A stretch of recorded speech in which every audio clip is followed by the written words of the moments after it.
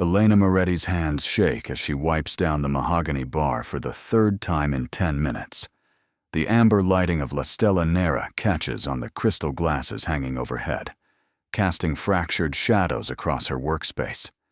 It's nearly midnight on a Thursday, and the upscale Milanese bar is beginning to empty, leaving behind only the lingering scent of expensive cigars and whispered deals. She's been working here for exactly 4 months and 7 days, counting each shift like a prisoner marking time on a cell wall. The tips are good, better than the cafe in her neighborhood where she worked before, but something about this place makes her skin crawl. The clientele wear suits that cost more than her monthly rent, their watches glinting with the kind of wealth that doesn't ask questions, only gives commands. Table 12 needs service. Marco, the floor manager, appears beside her with his usual nervous energy. His eyes dart toward the back corner booth, the one that's always reserved, the one that's been empty all evening until now. VIP, don't keep them waiting. Elena follows his gaze to where 3 men have settled into the leather booth, their presence commanding attention despite their quiet conversation. Even from across the room, she can feel the shift in atmosphere, the way other patrons instinctively create distance, the way the staff moves with extra caution. The man in the center draws her eye against her will. Dark hair swept back from a face that could have been carved from marble, sharp jawline shadowed with perfectly maintained stubble, and a suit that probably costs more than her nursing school tuition. He sits with the casual confidence of someone who's never been told no, his posture relaxed, but somehow still predatory, like a wolf pretending to doze. Elena, did you hear me? Marco's voice cuts through her observation. Table 12. Now. She nods, grabbing her notepad and forcing her legs to carry her across the gleaming floor. Each step feels heavier than the last, her sensible black heels clicking against the polished wood. As she approaches, the conversation at the table dies, and 3 pairs of eyes turn to assess her. The 2 men flanking the center figure are clearly guards or associates, broad-shouldered and watchful, their jackets cut to conceal whatever they're carrying. But it's the man in the middle who holds her attention, who studies her with dark eyes that seem to catalog everything about her in a single glance. Good evening, gentlemen. Elena's voice comes out steadier than she feels, her customer service smile fixed in place. What can I get for you tonight? Whiskey. The Macallan 25. The center man's voice is smooth, cultured, with the faintest trace of a Neapolitan accent softened by years elsewhere. Milan, perhaps, or abroad. 3 glasses. Elena writes it down, her pen hesitating over the paper. The Macallan 25 is the most expensive bottle behind the bar, kept locked in, a special cabinet, requiring manager approval to serve. She's only seen it ordered twice before, both times by men who looked remarkably similar to these 3. I'll need to speak with the manager about... That won't be necessary. He leans back slightly, and something in the gesture makes it clear this isn't a request. Marco knows who I am. Just bring the bottle and 3 glasses. The casual authority in his words confirms what Elena already suspected, what every instinct has been screaming since she approached the table. These aren't just wealthy businessmen. The other patrons aren't giving them space out of respect for their expensive suits. They're giving them space because men like these are dangerous, because crossing them comes with consequences that don't end with a bad Yelp review. Her father's face flashes in her mind. Paolo Moretti, laughing as he taught her to ride a bicycle in the park near their apartment. Paolo Moretti, slumped over the kitchen table at 3 in the morning, an empty bottle beside him, and debts he couldn't pay weighing down his shoulders. Paolo Moretti, in a hospital bed, with machines breathing for him because his liver had finally given out, destroyed by the same thing these men are about to order without a second thought. I can't serve you alcohol. The words leave her mouth before she can stop them, before she can think about rent or tuition or the fact that she needs this job desperately. The temperature in the booth seems to drop 10 degrees. The two associates tense, their hands moving almost imperceptibly toward their jackets. But the man in the center remains perfectly still, his expression shifting from casual interest to something sharper, more focused. "Excuse me?" Elena's pulse hammers in her throat, but she meets his gaze. "I don't serve alcohol. I can get you coffee, sparkling water, anything else, but not alcohol." One of the associates leans forward, his voice low and threatening.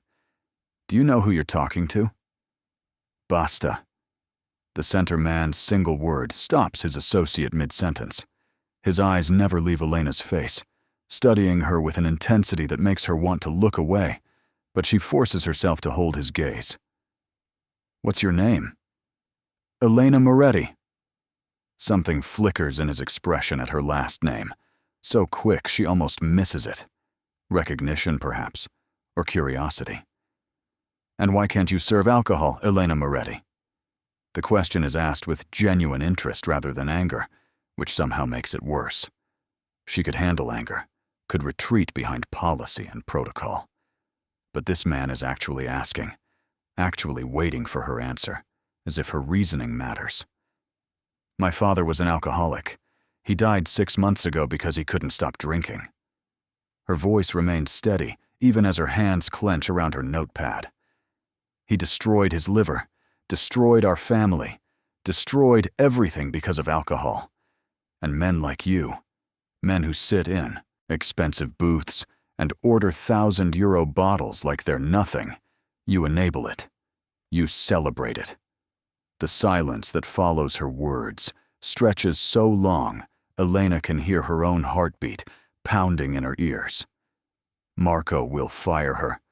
These men will complain, will demand her termination, and she'll be back to searching job listings and wondering how she'll afford next month's rent. But at least she said it. At least her father's death meant enough to her that she couldn't just smile and serve poison to men who'll never face consequences for anything. "My name is Dante Caruso." The man leans forward slightly, and Elena realizes with a start that he's younger than she initially thought, perhaps only in his mid-30s. And you're right. Men like me do enable it. We celebrate excess, we glorify consumption, and we rarely think about the lives destroyed in the wake of our indulgence. He pauses, and something in his eyes shifts.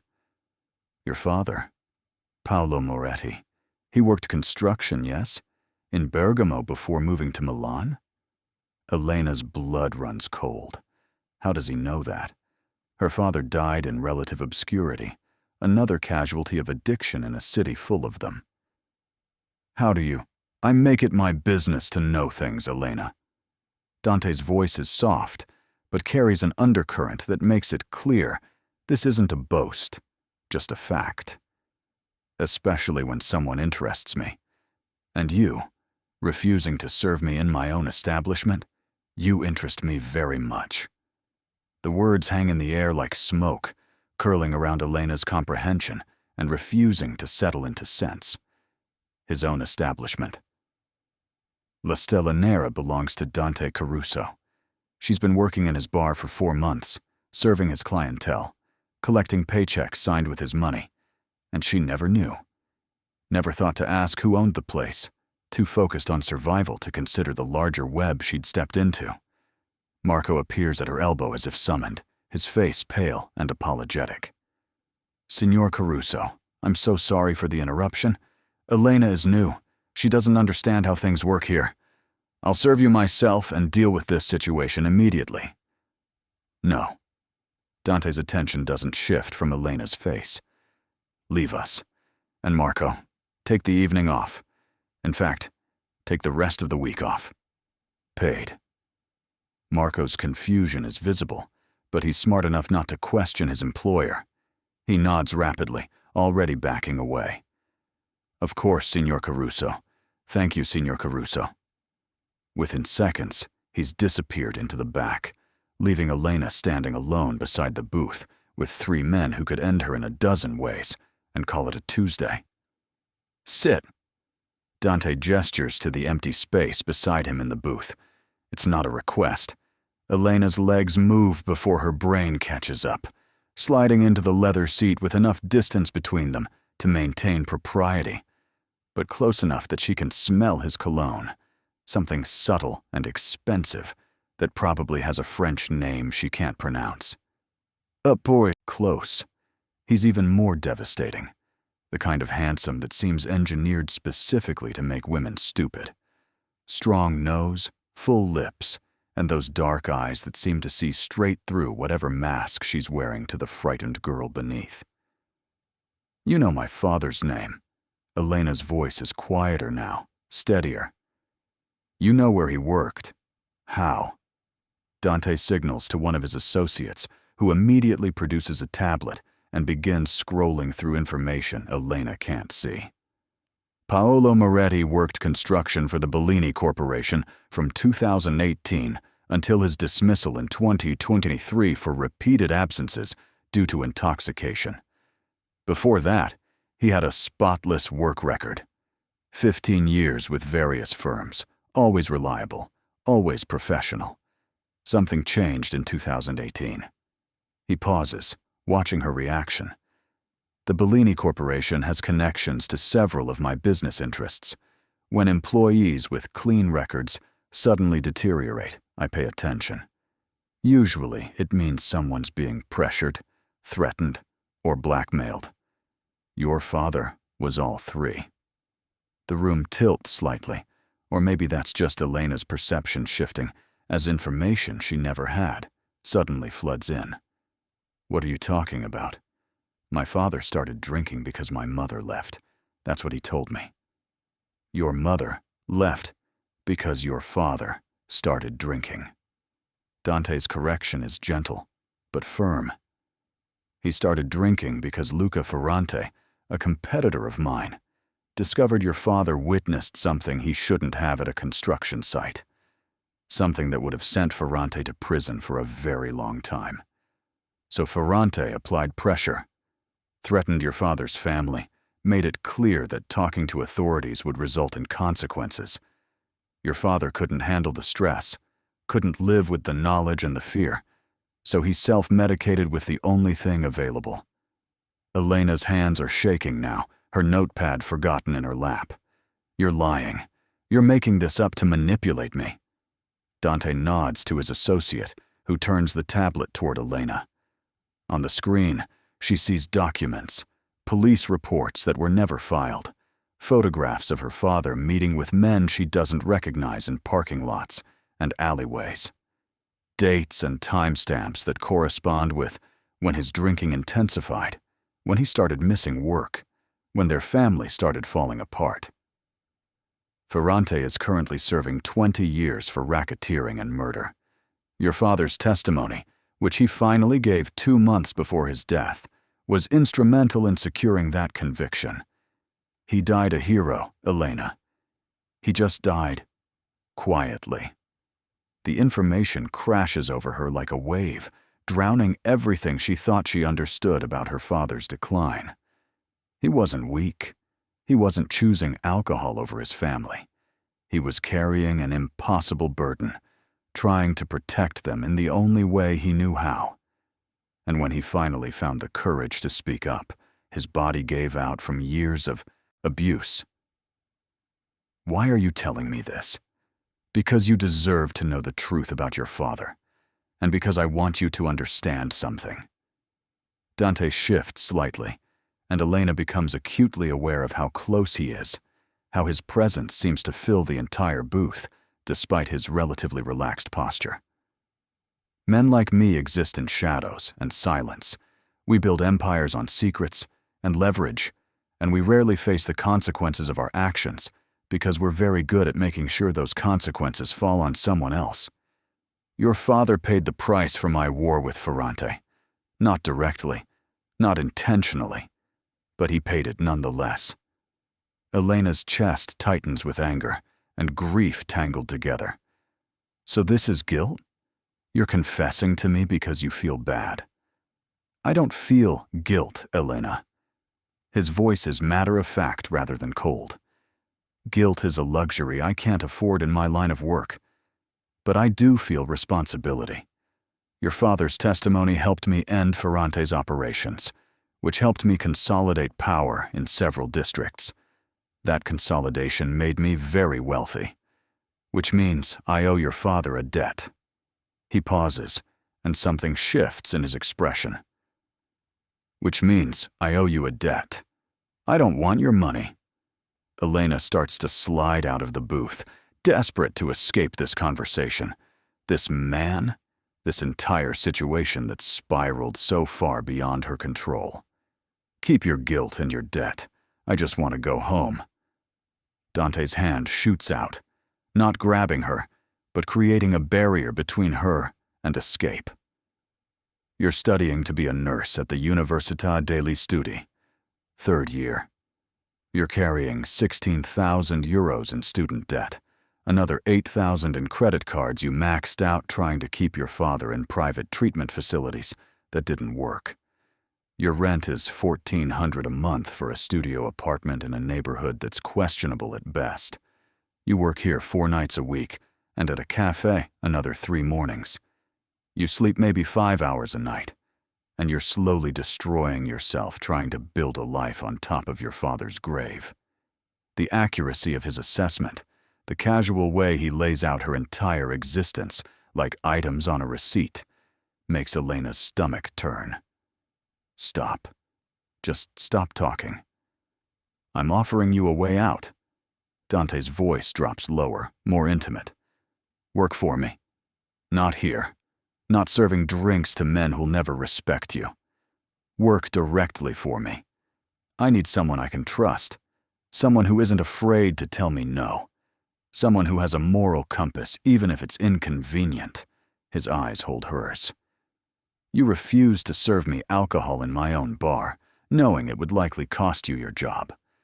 That kind of integrity is rare in my world. Valuable. Elena laughs, but it comes out sharp and bitter. What kind of work? What exactly do you expect from me? Dante doesn't flinch at her tone, doesn't show any sign of offense at the implication in her question. Instead, he signals to his associates, who immediately stand and move to positions near the exits, giving the illusion of privacy while maintaining their protective perimeter. The bar has emptied almost completely now, just a few stragglers nursing final drinks at the far end, carefully not looking in their direction. I need someone who can move through certain circles without raising suspicion. Someone educated, intelligent, capable of handling herself in situations that require discretion. You'd accompany me to business meetings, social functions, occasionally travel. Your role would be to observe, to report back on impressions and details I might miss, to be my eyes and ears in spaces where people let their guard down. You want me to be a spy? Elena's voice is flat, disbelieving. I want you to be aware, Dante corrects. There's a difference. I'm not asking you to steal secrets or betray confidences. I'm asking you to be present and honest about what you observe. The salary would be 30,000 euros a month, plus expenses. Your student debt would be cleared within the first month. Your credit cards paid off. A new apartment in whatever neighborhood you choose, whatever size you need. And when you're finished with your degree, if you want to leave and practice nursing, you can walk away with enough savings to open your own practice. The numbers are obscene, impossible. Elena makes barely 2,000 a month working herself into exhaustion at both jobs. 30,000 would be more money than she's seen in her entire life. Money that would solve every material problem she faces. But money like that doesn't come without strings, without complications, without prices that can't be calculated in euros. What's the catch? There's always a catch with men like you. Men like me. Dante repeats the phrase, tasting it. You keep saying that. Men like me. What do you think I am, Elena? She meets his gaze directly, channeling every ounce of courage her father's memory deserves. You're Mafia, or something close enough that the distinction doesn't matter. You own this bar, probably a dozen other businesses, all of them fronts for whatever actually makes you money. The way people act around you, the security, the casual mention of rivals and operations. You're not a legitimate businessman. You're a criminal who happens to wear nice suits. Instead of anger or denial, Dante smiles. It's a genuine smile, not the practiced charm he's shown so far, and it transforms his face completely. I appreciate the honesty. You're not wrong. I exist in a gray area between legal and illegal, between respectable and dangerous. The businesses I own are legitimate, but the capital that built them came from less legitimate sources. I've done things that would horrify you, made decisions that prioritized profit over people, eliminated obstacles in ways that don't show up on tax returns. He leans forward slightly. But I've also employed thousands of people who might otherwise have no options. I've kept neighborhoods stable that the government forgot about. I've ended conflicts that would have resulted in far more bloodshed if left to escalate. I'm not a good man, Elena. But I'm not the monster you're imagining either. That's what all monsters say, Elena counters, but her voice lacks conviction.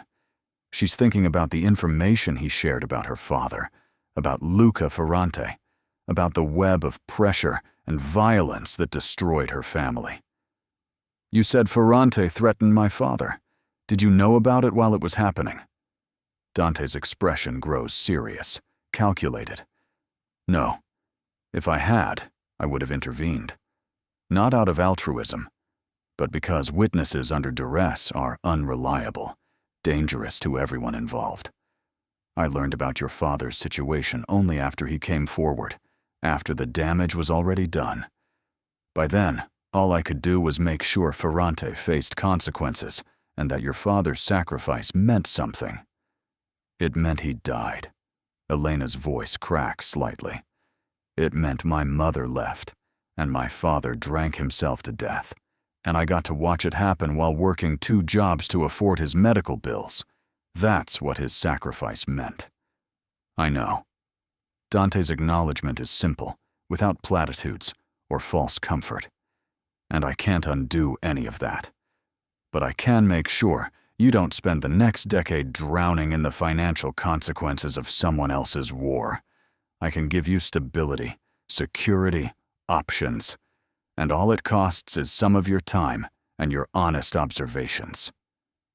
Elena closes her eyes, trying to find clarity in the darkness behind her lids. Everything in her screams that this is a trap, that accepting help from Dante Caruso will entangle her in the same dark world that killed her father. But the pragmatic part of her brain, the part that's been calculating bills and balancing impossible budgets for months, whispers that she's already drowning, that pride and principles don't pay rent or tuition or keep the lights on, that maybe accepting help from a dangerous man is simply recognizing the reality she's already living in, just with better compensation. If I say yes, what happens next? Dante produces a business card from his jacket, sleek black with minimal information, just a phone number embossed in silver. You take 24 hours to think about it. You call that number and tell me your decision. If it's yes, we'll arrange the details, paperwork, boundaries. If it's no, you continue working here. I'll make sure Marco understands you're to be treated well, and we never speak of this again. No pressure, no consequences. You expect me to believe there won't be consequences if I say no? Elena takes the card, the heavy paper stock feeling expensive against her fingers. I expect you to believe that I keep my word. Dante stands, and his associates immediately move toward him, reassembling their protective formation. Your father trusted me enough to testify against Ferrante. The least I can do is honor that trust by treating his daughter with respect, regardless of her decision. Elena stands as well, tucking the card into her apron pocket where it sits like a coal, warm, and potentially dangerous. "I don't trust you. You should know that." "Good." Dante's smile returns, briefer this time. "Trust should be earned, not given freely, especially in my world." He nods toward the bar exit. "Go home, Elena. Sleep if you can. Think carefully about what you want your life to look like a year from now, 5 years from now. Then call me." He walks away without waiting for a response, his associates flanking him like shadows, moving through the bar and out into the Milan night. Elena stands beside the empty booth, her hands still shaking, her mind racing with information and implications she can't fully process. The bar feels different now, knowing it belongs to Dante, knowing she's been working for him unknowingly all these months. She wonders how many other employees know, how many are complicit, how deep the corruption runs beneath the elegant surface. The apartment Elena returns to is exactly as Dante described it, a studio in a questionable neighborhood, where sirens are the soundtrack to sleep and double-locked doors are optimism rather than security. She drops her keys on the tiny kitchen counter that also serves as her dining table and workspace, kicks off her shoes that have left blisters on both heels, and collapses onto the narrow bed that takes up most of the available space. The business card in her pocket feels heavy, significant, like it's developing its own gravitational field that everything else in her life is being pulled toward. She extracts it and holds it up to the dim light from the street, studying the embossed numbers as if they might reveal some hidden truth about the man who gave them to her. 30,000 euros a month. The number is so large it's almost abstract. Monopoly money rather than actual currency. She tries to imagine what that kind of financial security would feel like, waking up without the immediate calculation of which bill is most overdue, which creditor can be delayed another week, which meal she can skip to save a few euros. Her current checking account has 347 euros, and rent is due in 8 days. She has enough for rent or food, not both. Pride suggests she should have rejected Dante's offer immediately, should have told him exactly where he could put his blood money, and walked out with her integrity intact. But pride doesn't pay bills, and integrity doesn't fill stomachs. She reaches for her phone and opens the browser, typing Dante Caruso's name into the search bar. The results are surprisingly sparse for someone who claims to own multiple businesses. A few mentions in local business journals about property acquisitions, a photograph from a charity gala where he's standing in the background looking bored, a brief article about a shipping company merger that mentions him as a silent partner. Nothing about criminal activity, nothing about mafia connections, nothing that confirms or denies the implications hanging around him like expensive cologne. Either he's very good at keeping his name out of negative press, or he's not as connected as she suspects. Or more likely, both things are true simultaneously. She tries her father's name next, Paolo Moretti, and finds his obituary, brief and understated, listing his construction work and surviving daughter with bureaucratic efficiency. Nothing about testimony or organized crime or sacrifice. She searches for Luca Ferrante and hits gold. Dozens of articles about his arrest and trial, photographs of a heavy-set man with dead eyes being led into a courthouse in handcuffs, descriptions of his criminal empire that spanned construction, waste management, and various protection rackets throughout Lombardy. The articles mention multiple witnesses who came forward, but none are named, protected by the prosecution. Her father could be one of them, or Dante could be lying, and she has no way to verify which truth she's living in. Sleep doesn't come. Elena lies in the dark, listening to her neighbor's television through the thin walls, watching headlights sweep across her ceiling as cars pass on the street below, trying to imagine versions of her future. In one version, she calls the number and accepts Dante's offer, trading her exhausting double life for a different kind of compromise. One where she has money but loses something harder to define. In another version, she ignores the card, continues grinding herself down to nothing, and hopes that eventually something breaks in her favor. Neither option feels like winning. Both feel like different methods of survival. At 6 in the morning, she gives up on sleep and drags herself to the shower, which produces water that's lukewarm at best, another building maintenance issue her landlord keeps promising to fix. She dresses in her cafe uniform, black pants and a white button-down with the establishment's logo embroidered over her heart, and walks to the bus stop through streets that smell like garbage and exhaust. The cafe is already busy when she arrives, tourists and early morning professionals creating a steady stream of espresso orders and pastry requests. Her hands move on autopilot, pulling shots and steaming milk and arranging cornetti on small plates, while her mind circles endlessly around the same questions. "You look like shit." Sophia, her co-worker, and the closest thing she has to a friend in Milan, appears beside her during a brief lull. "Rough night?" Elena manages a weak smile.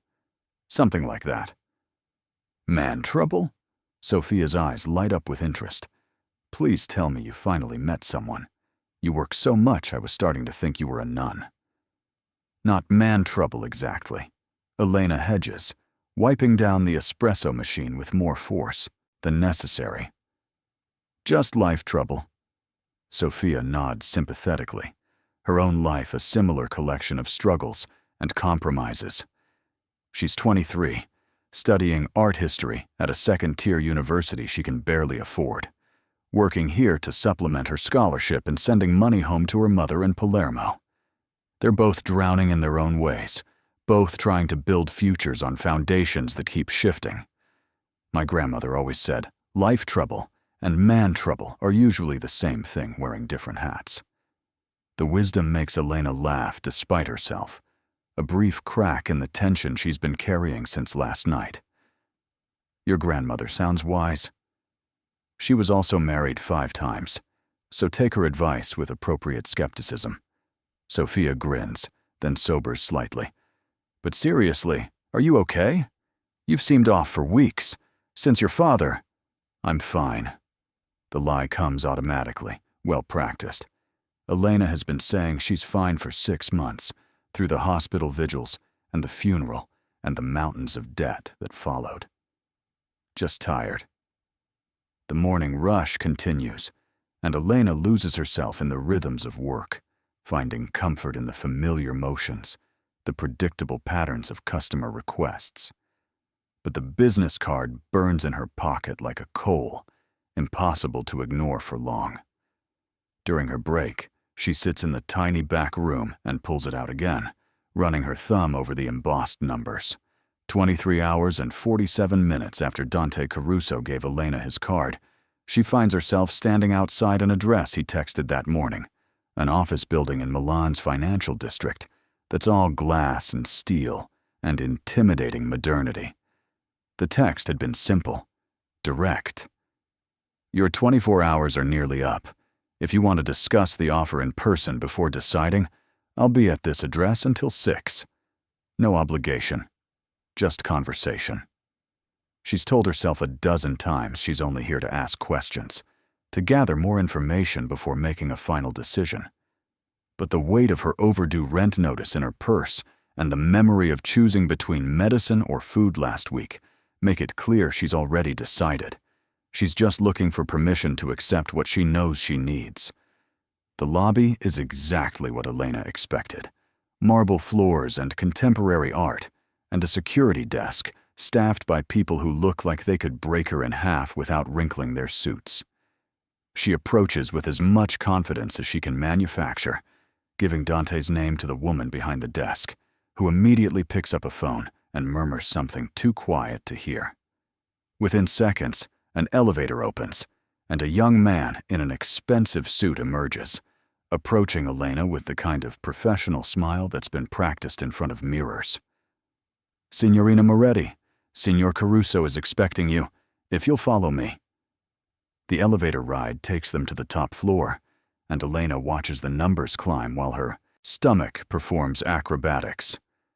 The doors open onto a reception area that's somehow both minimalist and luxurious. A woman sitting behind a modern desk, who nods respectfully as they pass. They continue down a hallway, lined with offices where people work behind glass walls, everything transparent and open, in a way that feels deliberately calculated. At the end of the hall, a set of double doors opens into Dante's office, and Elena's breath catches despite herself. Floor-to-ceiling windows offer a panoramic view of Milan, the Duomo visible in the distance, mountains beyond. The office itself is enormous, furnished with the kind of elegant simplicity that costs a fortune to achieve. A massive desk sits in front of the windows, but Dante isn't behind it. He's standing near a seating area, with leather couches and a low table, 2 cups of coffee already waiting, steam rising in delicate spirals. He's dressed more casually than last night.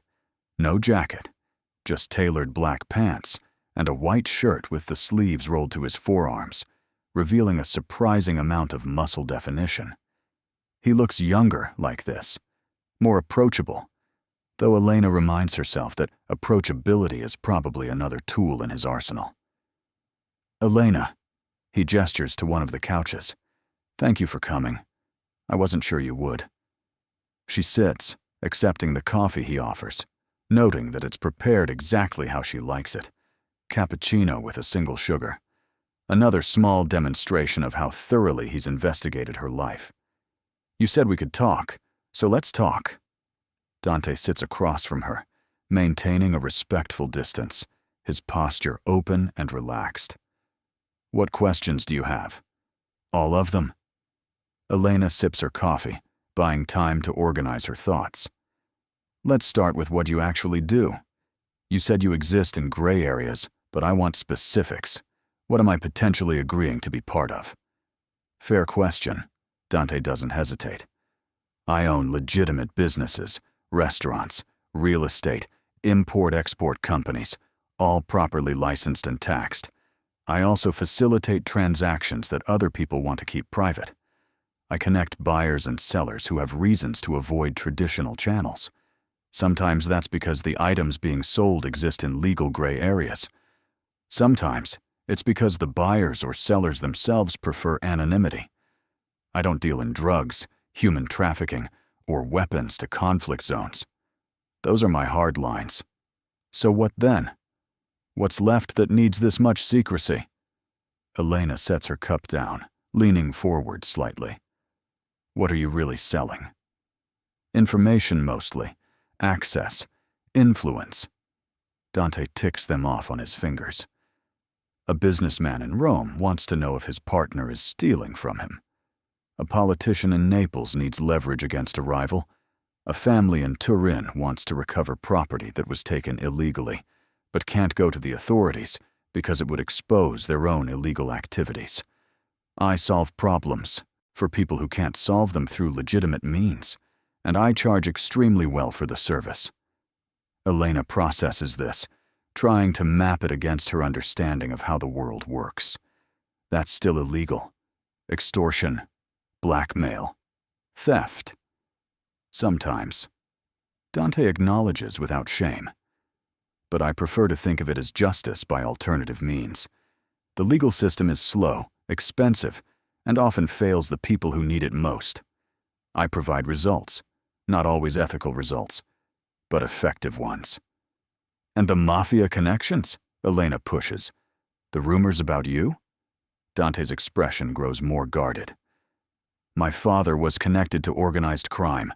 I grew up in that world, learned from those men, built my initial capital using methods they taught me. But I'm not not officially part of the structure. I maintain relationships with certain families because it's good business and bad survival to make enemies of them.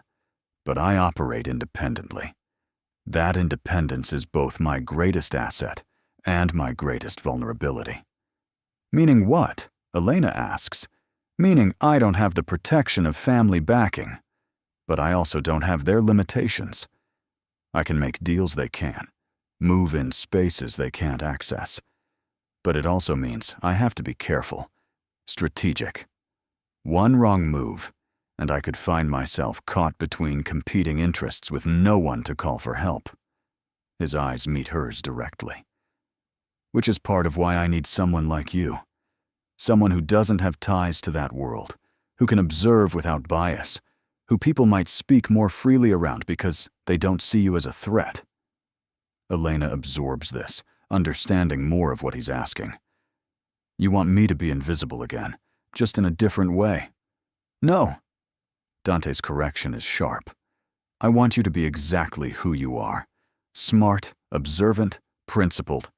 People will underestimate you because you're young, because you're a woman, because you don't look like you belong in certain rooms. That's their mistake, not your limitation. I want you to use their underestimation to see what they're really doing, who they really are beneath the performance. The honesty in his words is almost more unsettling than the job description itself. Elena stands, needing to move, to put distance between herself and the intensity of his focus. She walks to the windows, looking out over the city she's lived in for 3 years, but never really belonged to. From this height, Milan looks clean, organized, like a place where problems have solutions and futures have structure. She knows that's an illusion, that down at street level everything is messy and complicated and stained with compromises, but the view is seductive nonetheless.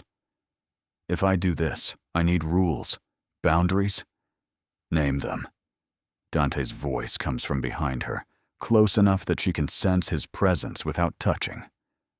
Elena turns to face him, squaring her shoulders. I won't do anything that directly harms someone. Innocent. I won't lie to the police or obstruct investigations. I won't help you destroy someone's life just because it's profitable, and I can walk away at any time. No consequences. No retaliation. Agreed. Dante nods. Though I'll point out that the definition of innocent is often more complicated than it appears. Most people have done something they're ashamed of, something that could be used against them. Drawing lines about who deserves protection and who doesn't requires constant judgment calls. Then I make those calls, Elena insists, not you. If you ask me to do something I think crosses my boundaries, I say no, and you accept it. Acceptable. Dante pulls out his phone, typing something quickly. I'll have my lawyers draw up a contract that reflects these terms. You'll have independent legal counsel review it before signing. My cost. Anything else? Elena hesitates, then pushes forward. My father. I want to know everything, not just what you told me last night, but everything you have on him, on what happened to him, on Ferrante. I want documentation, proof. I need to understand what he went through. Dante's expression softens with something that might be sympathy. I'll have a complete file prepared for you. But Elena, be certain you want this. Some truths are harder to live with than uncertainty. Once you know everything, you can't unknow it. I've been living with uncertainty for 6 months. Elena's voice is steady, resolved. At least the truth gives me something concrete to grieve. Right now, I'm mourning a man I'm not sure I ever really knew. Understood. Dante returns to the seating area, pulling a folder from his desk drawer and bringing it to her. This is a preliminary contract. The lawyers will formalize it with your specifications, but this covers the basics. Salary, benefits, general expectations. Take it home. Read it carefully. Bring questions when you're ready.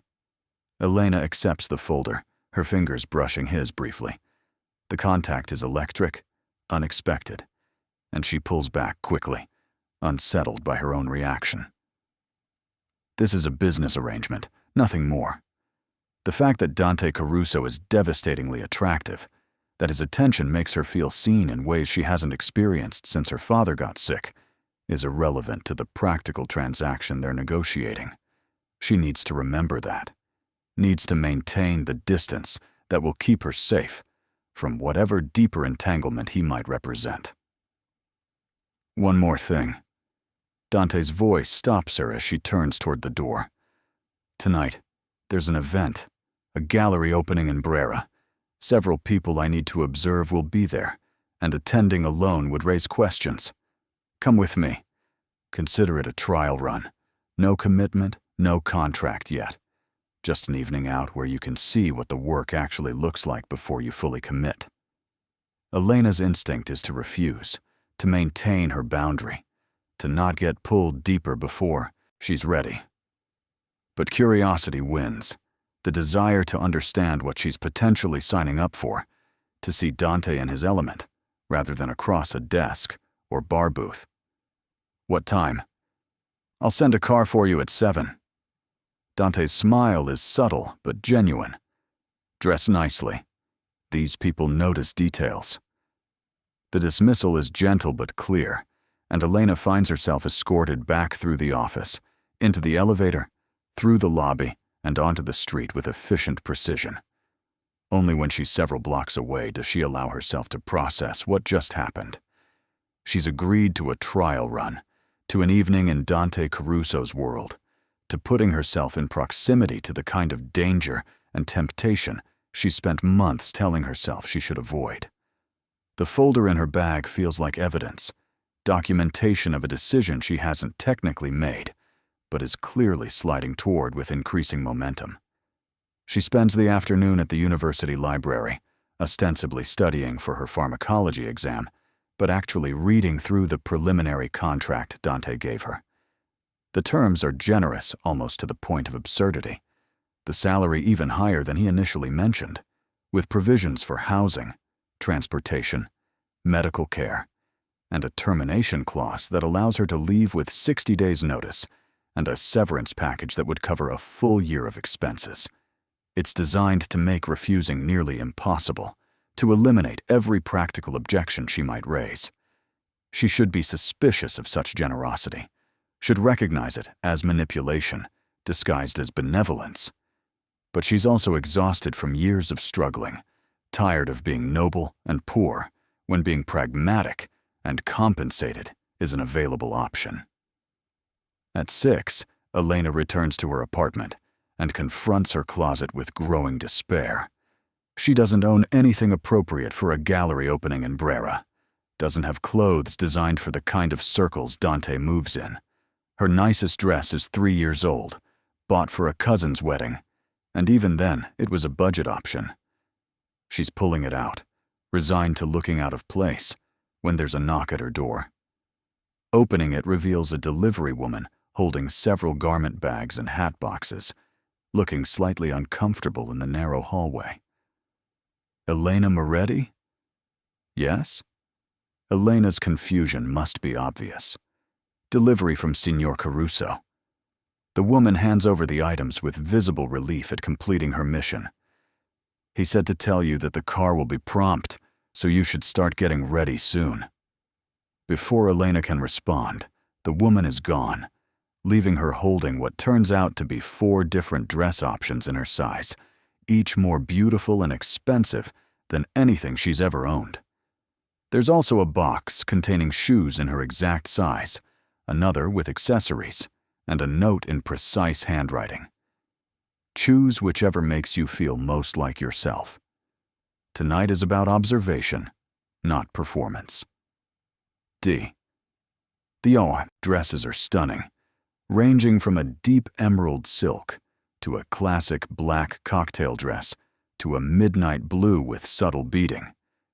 Elena tries them all, feeling like she's playing dress-up in someone else's life before settling on the emerald. It fits perfectly, skimming her curves without being obvious, the color bringing out the green flecks in her hazel eyes. The shoes are comfortable despite being heels, clearly selected by someone who understands that beauty shouldn't require pain. She does her makeup carefully, keeping it natural but polished, and pulls her dark hair into a loose chignon that feels elegant without being fussy. When the car arrives at 7 exactly, Elena barely recognizes herself in the mirror. She looks like someone who belongs in the world she's about to enter, someone confident and composed, rather than the exhausted waitress student barely keeping her head above water. The transformation is superficial, just clothes and cosmetics, but it changes something in how she carries herself, how she imagines others might see her. The driver is professional and silent, navigating through Milan's evening traffic with practiced efficiency. They arrive in Brera as the sun is setting, the historic neighborhood glowing in golden light, the gallery already filling with people who look like they stepped from the pages of glossy magazines. Elena's confidence wavers as she exits the car, suddenly aware of how far she is from her comfort zone, how exposed she'll be in this environment. But then she sees Dante waiting at the entrance, and his expression when he sees her makes the nervousness worth it. Elena. He approaches, offering his arm in a gesture that's both old-fashioned and oddly protective. You look extraordinary. The gallery is a study in controlled chaos. Beautiful people moving through white-walled spaces with wine glasses in hand, their voices creating a pleasant hum beneath instrumental music, playing from hidden speakers. Art hangs on every surface, bold contemporary pieces that Elena lacks the context to fully appreciate, though she can recognize their technical skill. Dante keeps his hand at the small of her back as they navigate through the crowd. The touch light, but possessive, signaling to everyone watching that she's with him. The reactions are immediate and varied, curiosity from some, envy from others, calculation from those who recognize Dante and are reassessing his potential vulnerabilities based on her presence. The man in the gray suit by the sculpture, Dante murmurs, his lips close to her ear so his words are private despite the crowd. Lorenzo Benedetti. He owns a logistics company that's been losing contracts to a competitor. He's here hoping to find investors willing to back a hostile takeover. Watch how he works the room, who he approaches, who approaches him. Elena follows Dante's subtle gesture, observing Benedetti as instructed. The man is middle-aged, well-dressed, but not ostentatious, and he moves through the space with practiced ease, stopping to chat with various guests, but always scanning the room, always calculating his next connection. There's something desperate in his eyes, despite his smooth exterior, the look of someone who's drowning but still smiling for the cameras.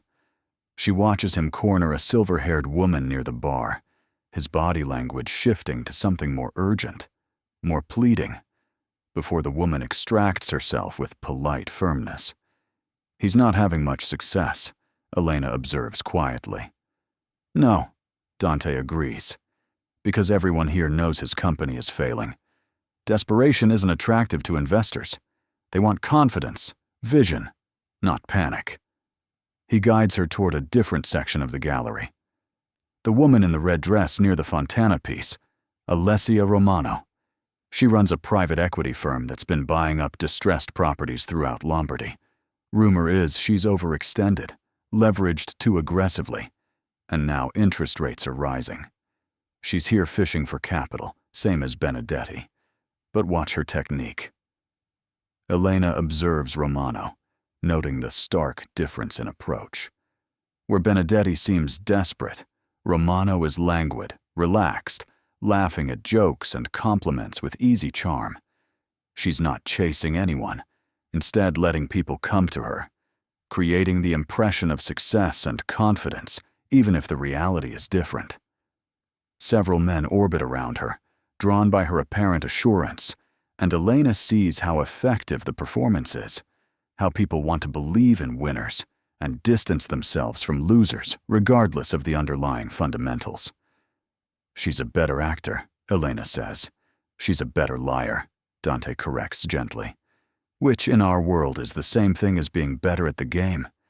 Benedetti's honesty about his struggles makes him weak. Romano's fabricated confidence makes her formidable, even if it's built on nothing substantial. They continue through the gallery, and Dante points out various players in what Elena is beginning to understand is an elaborate performance. Everyone here pursuing agendas beneath the veneer of cultural appreciation. A banker fishing for insider information about upcoming mergers. a lawyer trying to recruit clients for a class action lawsuit, a society wife gathering material for divorce proceedings against her philandering husband.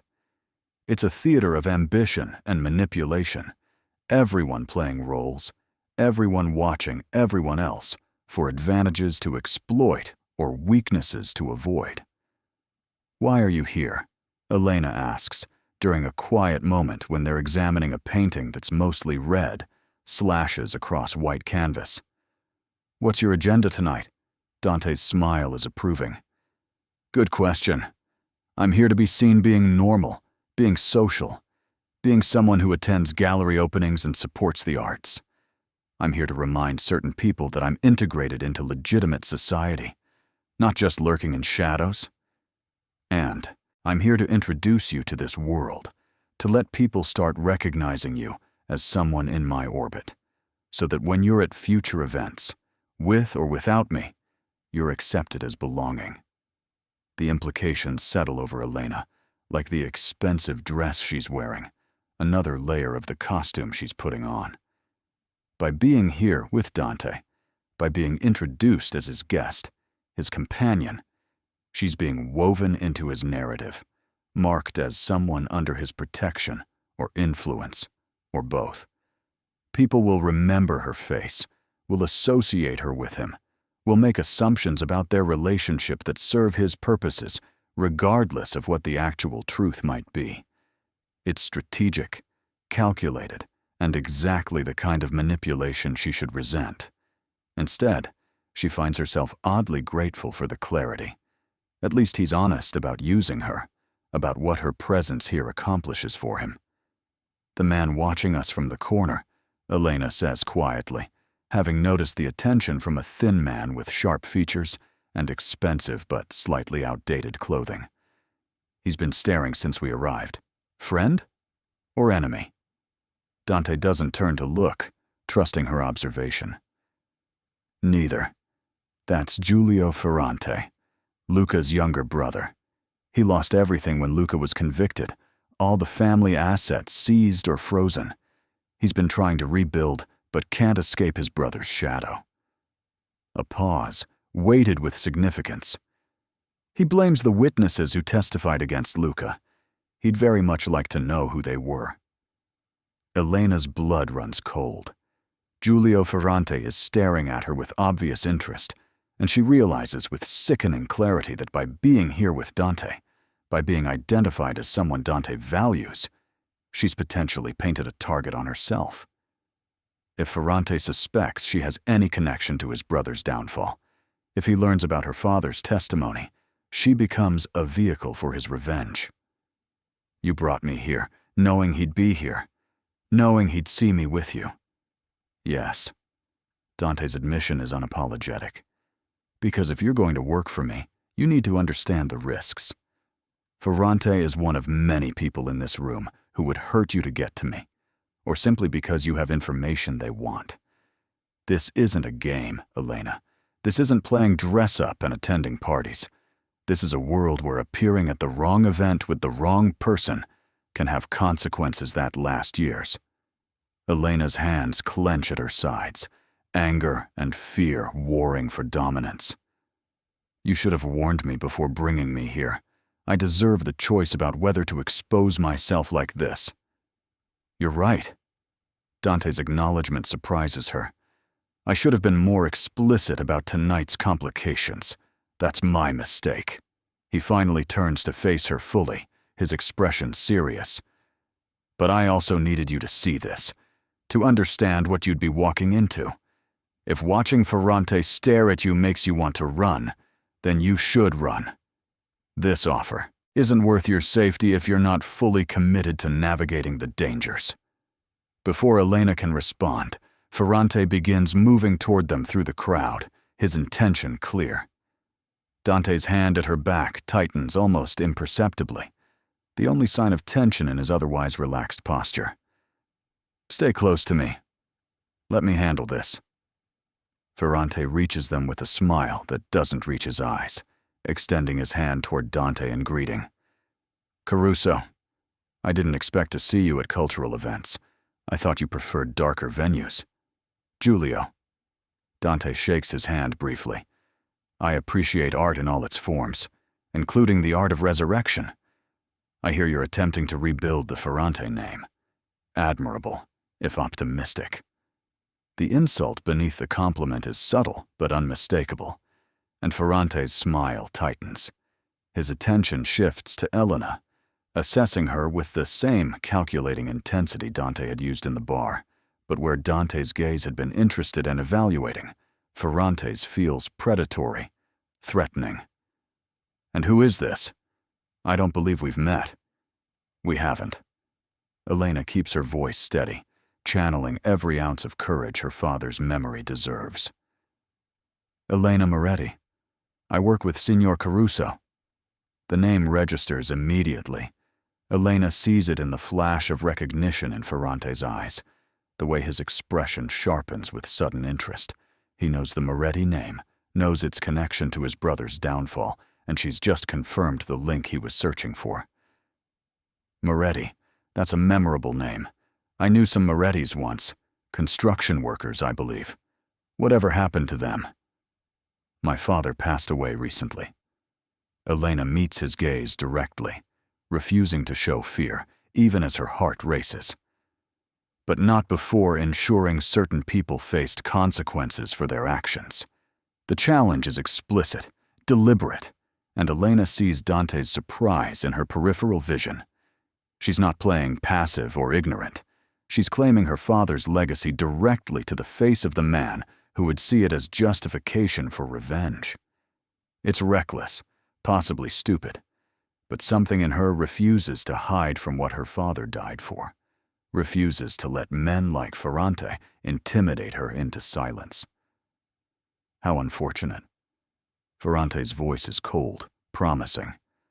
Accidents happen so frequently to people in construction, to their families as well, sometimes.